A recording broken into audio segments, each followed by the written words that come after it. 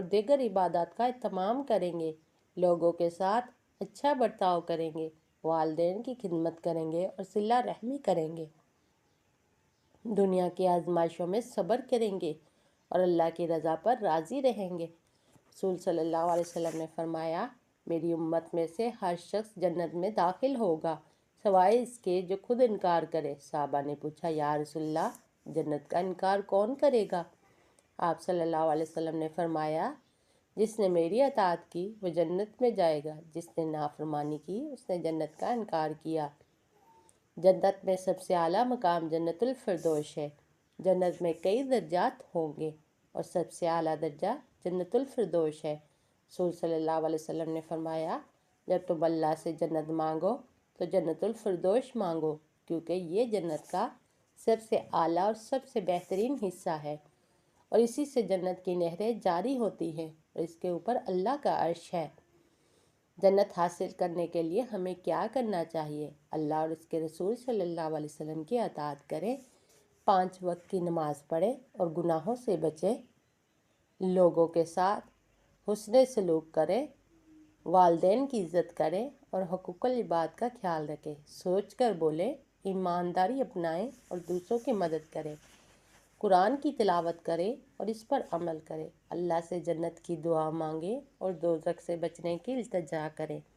رسول صلی اللہ علیہ وسلم نے فرمایا، جو شخص روزانہ 3 بار جنت میں جانے کی دعا کرے، جنت خود اللہ سے درخواست کرتی ہے کہ اسے داخل کر دیا جائے۔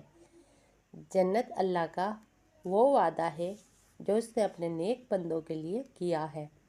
یہ ایک ایسی جگہ ہے جہاں کبھی غم، تکلیف یا پریشانی نہیں ہوگی، بلکہ ہمیشہ کی خوشی، سکون اور اللہ کی رضا نصیب ہوگی۔ اگر ہم جنت کی طلب رکھتے ہیں تو ہمیں دنیا میں اللہ اور اس کے رسول صلی اللہ علیہ وسلم کی اطاعت کرنی ہوگی اور نیک اعمال کو اپنانا ہوگا۔ جنت میں ملنے والی نعمتوں کا کوئی اختتام نہیں ہوگا۔ جو کچھ اللہ نے اپنے نیک بندوں کے لیے تیار کیا ہے وہ نہ ختم ہونے والا ہے۔ دنیا میں ہر خوشی عارضی ہے۔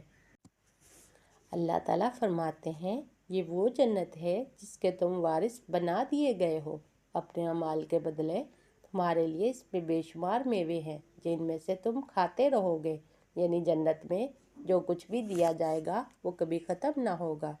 ہر بار جب جنتی کوئی پھل کھائیں گے تو وہ دوبارہ اگ آئے گا اور ہر نعمت پہلے سے بہتر اور لذیذ ہوگی۔ جب جنتی جنت میں داخل ہوں گے تو سب سے پہلے ان کا استقبال فرشتے کریں گے اور انہیں سلامتی کی دعائیں دیں گے۔ اللہ تعالیٰ فرماتے ہیں، اور وہ فرشتے ہر دروازے سے ان کے پاس آئیں گے اور کہیں گے، تم پر سلام ہو، تم نے صبر کیا، بس اب یہ آخرت کا گھر کتنا بہترین ہے۔ تصور کریں کیسا مبارک لمحہ ہوگا جب جنت میں داخل ہوتے ہی فرشتے مبارکباد دے رہے ہوں گے۔ جنت کی سب سے عظیم نعمت اللہ تعالیٰ کا دیدار ہوگا۔ جب جنتی اللہ کو دیکھیں گے تو وہ سب سے بڑی خوشی ہوگی جو کسی بھی نعمت سے زیادہ ہوگی۔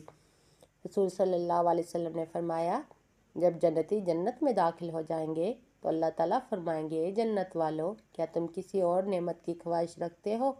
وہ عرض کریں گے، اللہ، تو نے ہمارے چہرے روشن کیے، ہمیں جنت عطا کی، ہمیں جہنم سے بچایا، اب اور ہم کیا چاہتے ہیں؟ اللہ تعالیٰ پردہ ہٹا دے گا اور وہ اسے دیکھیں گے۔ اس وقت انہیں جو خوشی حاصل ہوگی وہ کسی اور نعمت کے برابر نہ ہوگی۔ یہی وہ سب سے بڑی نعمت ہوگی جو جنت کے ہر لطف سے بڑھ کر ہوگی۔ اب جب کہ ہم نے جنت کی خوبصورتی اور اس کی عظیم نعمتوں کے بارے میں جان لیا تو ہمیں کوشش کرنی چاہیے کہ ہم ایسے اعمال کریں جو ہمیں جنت کے قریب لے جائے۔ رسول صلی اللہ علیہ وسلم نے فرمایا، جو مجھے اس بات کی ضمانت دے کے وہ اپنی زبان اور شرمگاہ کی حفاظت کرے گا، میں اسے جنت کی ضمانت دیتا ہوں۔ لہٰذا ہمیں چاہیے کہ ہم اپنی زبان کو جھوٹ، غیبت اور بدگوئی سے بچائیں اور اپنی زندگی کو پاکیزہ بنائیں تاکہ ہم جنت کے مستحق بن سکیں۔ اللہ تعالیٰ ہمیں اپنے فضل و کرم سے جنت الفردوس عطا فرمائے اور ہمیں ان لوگوں میں شامل کرے جن پر وہ راضی ہے۔ آمین ثم آمین۔ اللہ ہمیں جنت الفردوس میں داخل ہونے کی توفیق عطا فرمائے۔ آمین۔ اللہ تعالیٰ سے دعا ہے کہ اللہ پاک مجھے اور آپ کو صحیح صحیح سننے، سمجھنے اور اس پر عمل کرنے کی توفیق عطا فرمائے۔ ویڈیو اچھی لگی ہو تو لائک اور سبسکرائب کریں اور بیل آئیکن کو ضرور پریس کریں تاکہ آنے والی ویڈیو سب سے پہلے آپ تک پہنچ سکے۔ شکریہ۔